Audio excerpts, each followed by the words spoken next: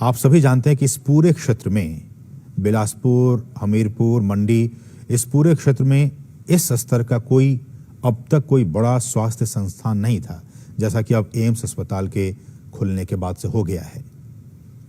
इन जिलों के करीब करीब 30 लाख लोगों को इस एम्स बिलासपुर अस्पताल में सीधे तौर पर स्वास्थ्य सुविधाएं उन्हें मिल पाएंगी। और न सिर्फ ये जिले बल्कि हिमाचल प्रदेश के जो बाकी दूसरे जिले हैं उनके लोगों को भी इससे काफ़ी स्वास्थ्य सुविधाएं मिलेंगी। और जैसा कि हमने आपको बताया भी था आपसे कुछ देर पहले कि या तो यहाँ के निवासियों को पीजीआई चंडीगढ़ जाना पड़ता था या फिर दिल्ली, राष्ट्रीय राजधानी दिल्ली आना पड़ता था। अब उन्हें कहीं नहीं जाना पड़ेगा। अब उनके इलाके में ही, उनके क्षेत्र में ही एम्स बिलासपुर आ चुका है। उसका उद्घाटन प्रधानमंत्री ने, आप इन तस्वीरों में देख सकते हैं, उद्घाटन हो चुका है।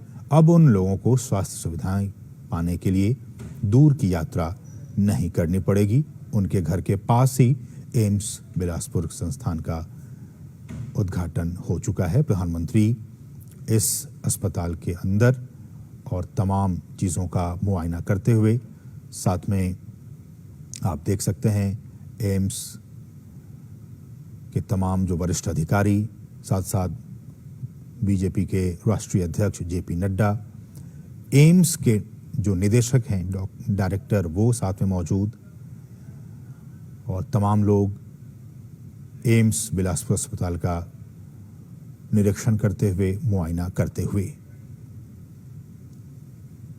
आज का दिन, विजयादशमी का दिन, बिलासपुर के लोगों के लिए और इसके आसपास के लोगों के लिए काफ़ी अच्छा दिन, काफ़ी महत्वपूर्ण दिन, स्वास्थ्य के लिहाज से आज के लिए, वहाँ के निवासियों के लिए बहुत ही महत्वपूर्ण दिन।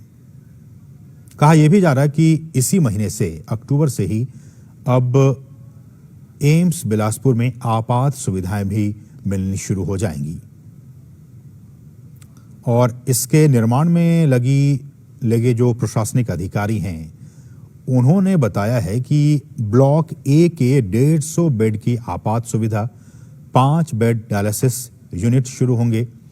साथ ही ब्लॉक बी में ओपीडी और ब्लॉक सी में diagnostic block, lab, USG, X ray, CT scan, MRI और ब्लड बैंक शुरू होने जा रहे हैं। और इसके साथ ही आपातकाल की सुविधाओं के लिए 10 बेड, 2 ऑपरेशन थिएटर, 12 आईसीयू अस्पताल और रिहाइश की यहां सुविधा होगी।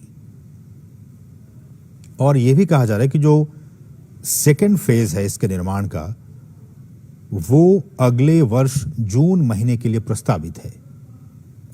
और उस चरण में ए ब्लॉक और ई ब्लॉक में और अधिक सुविधाओं को शुरू किया जाएगा। इनमें आईपीडी के 500 बेड शामिल होंगे, इमरजेंसी के 30 bed, 8 operation theatre, 48 bed linear accelerator को शुरू कर दिया जाएगा।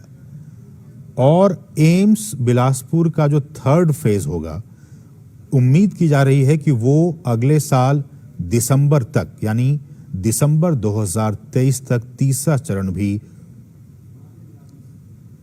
इसका शुरू कर दिया जाएगा।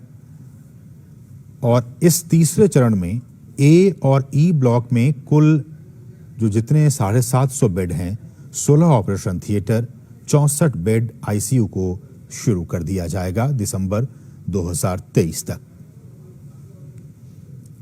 आईपीडी यानी कि आपात सुविधा को इसी महीने से, अक्टूबर महीने से ही शुरू किया जा रहा है।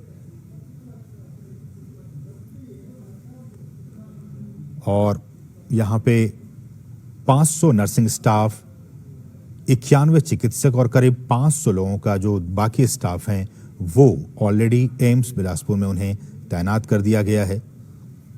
और जैसा कि हमने कहा कि इस साल एम्स में बिलासपुर में 100 सीटों के साथ साथ एमबीबीएस की जो भर्ती की, एडमिशन की प्रक्रिया है, वो शुरू हो जाएगी।